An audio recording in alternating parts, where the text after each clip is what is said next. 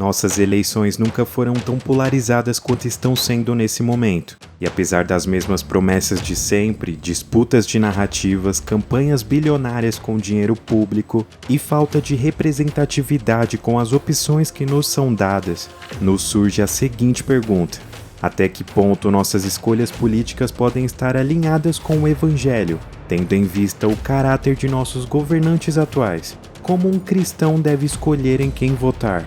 Seria bíblico tomar um partido ou escolher um lado entre esquerda ou direita? Veja nesse vídeo, vamos bibliografar para você. As definições de esquerda e direita foram estabelecidas a partir do século XVIII, durante a Revolução Francesa, quando em uma discussão da Assembleia Nacional Constituinte da época, feita por diversos partidos políticos, surgiu uma dúvida em relação ao poder de veto que o rei Luís XVI teria. Afinal, quais poderiam ser os limites da monarquia?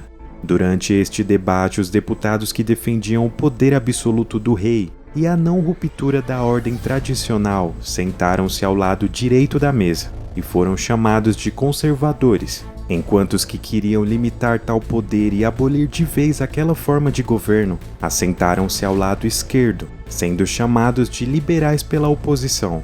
Hoje em dia, porém, estas designações entraram em obsolescência, já que não existem mais apenas dois tipos de expressões posicionais definidas, mas sim uma gama variação de ideologias, que já não se encaixam com a rotulação que cada indivíduo tem em relação às suas escolhas partidárias, variando entre polos extremos e parcialidades de centros isentários. Mas devido à polarização que enfrentamos, onde a imparcialidade é tida como antidemocrática, e cada vez mais é cobrado um posicionamento cristão em relação a assuntos que para a década passada eram vistos como tabus pela sociedade, muitos estão ficando em cima do muro quando o assunto é fé e política, sem imaginarem que o Evangelho implica diretamente em partidarismo, que é o partidarismo do próprio Evangelho. A partir do momento em que nós temos Cristo como nosso reflexo para a tomada de decisões, jamais poderíamos nos classificar entre esquerda, direita ou centro, já que escolher Cristo é tomar um lado posicional, e pregar o Evangelho é divergir da política partidária. E qualquer tentativa de ser isento a um lado ou expressão de natureza ideológica na Terra é falso, pois somente ajudaria a banalizar a lucidez de um cidadão crítico, que realmente poderia ajudar a melhorar uma sociedade. Apesar de sermos cidadãos celestiais e termos nossa pátria no céu, estando aqui de passagem como peregrinos, nós temos o dever de sermos opinativos, com fome e sede de justiça, de modo que o Evangelho seja o nosso moderador.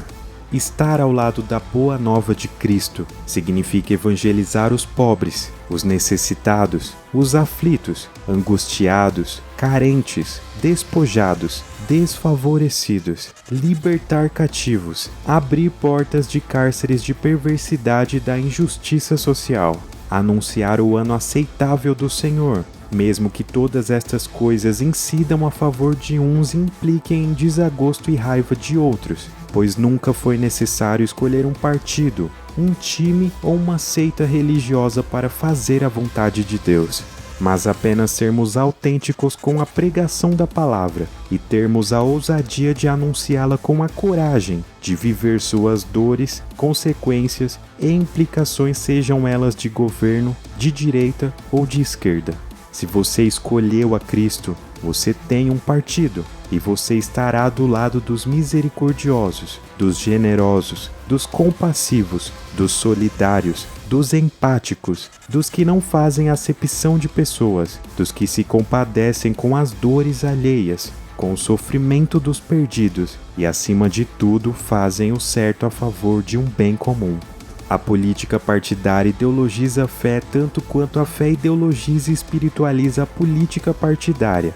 E é por isso que atualmente o que nós vemos são pessoas embarcando de maneira devocional e apaixonadas em partidos, que apenas dividem o povo e fazem qualquer negócio, inclusive abraçar a hipocrisia, para defender o indefensável e abençoar o abominável, somente pelo fato de seu candidato, ou quem quer que politicamente diga representar os seus interesses, prometa beneficiar a igreja.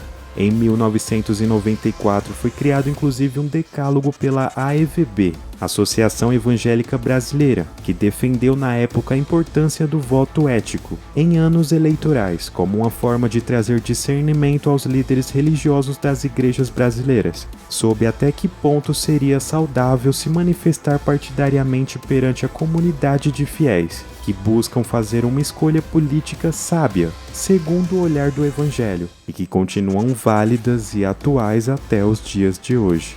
Número 1. O voto é intransferível e inegociável, e com ele o cristão deve expressar sua consciência como cidadão.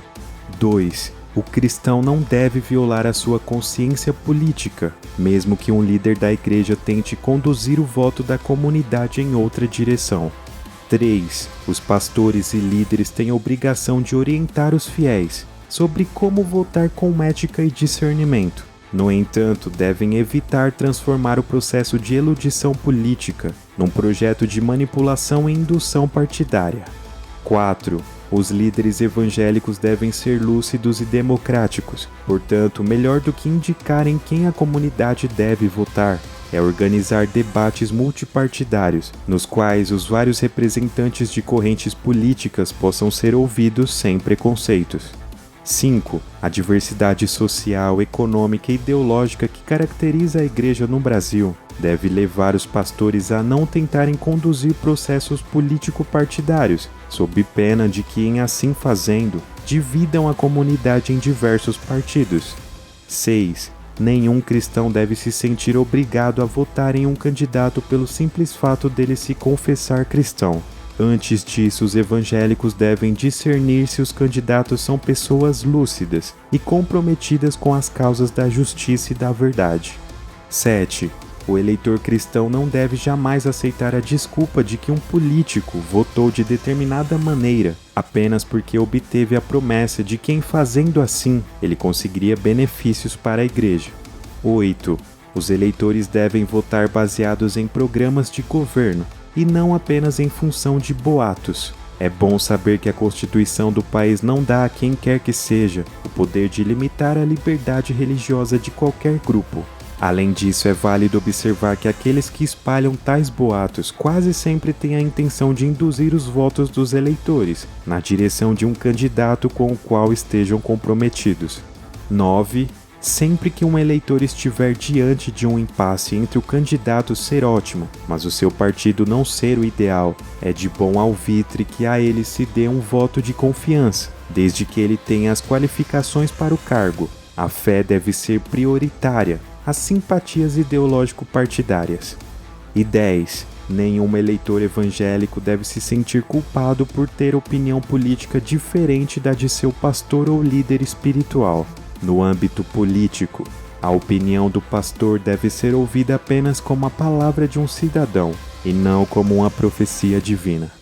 Eleições são realmente válidas para todos aqueles que creem em liberdades coletivas e individuais, conforme o padrão estabelecido na Constituição. Sinta-se livre para escolher o seu candidato e exercer o seu direito como cidadão, lembrando-se inclusive de que votar nulo também é democracia.